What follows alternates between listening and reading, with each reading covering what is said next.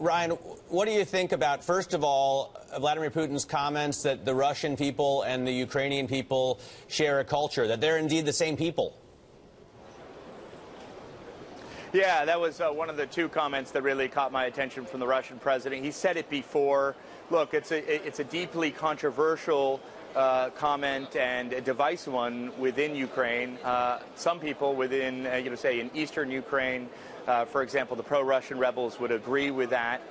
Many Ukrainians wouldn't, and particularly in the west of the country, in Kiev, really across Ukraine, and be concerned that perhaps the Russian president and Russia sees themselves as the sort of big brother amongst Russian-speaking Slavs. The second comment that the Russian president made, which I think is very meaningful, is when Charlie was asking about whether Russia was seeking respect.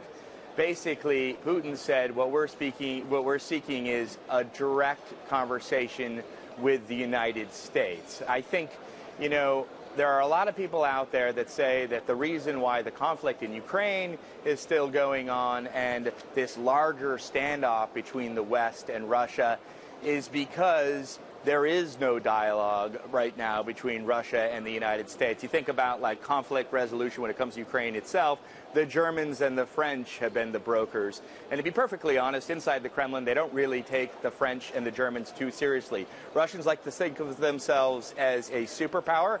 They liked the bipolar world that was encapsulated by the Soviet Union and the United States. They don't like what they think is sort of a monopolar world now run by the United States. And until the U.S. sits down directly with Russia to discuss Ukraine and just about every other issue in terms of geopolitics, the Russians will probably, at least Vladimir Putin, will probably keep this standoff going. But, it's pretty clear the United States, the Obama administration, doesn't see Russia as a global superpower.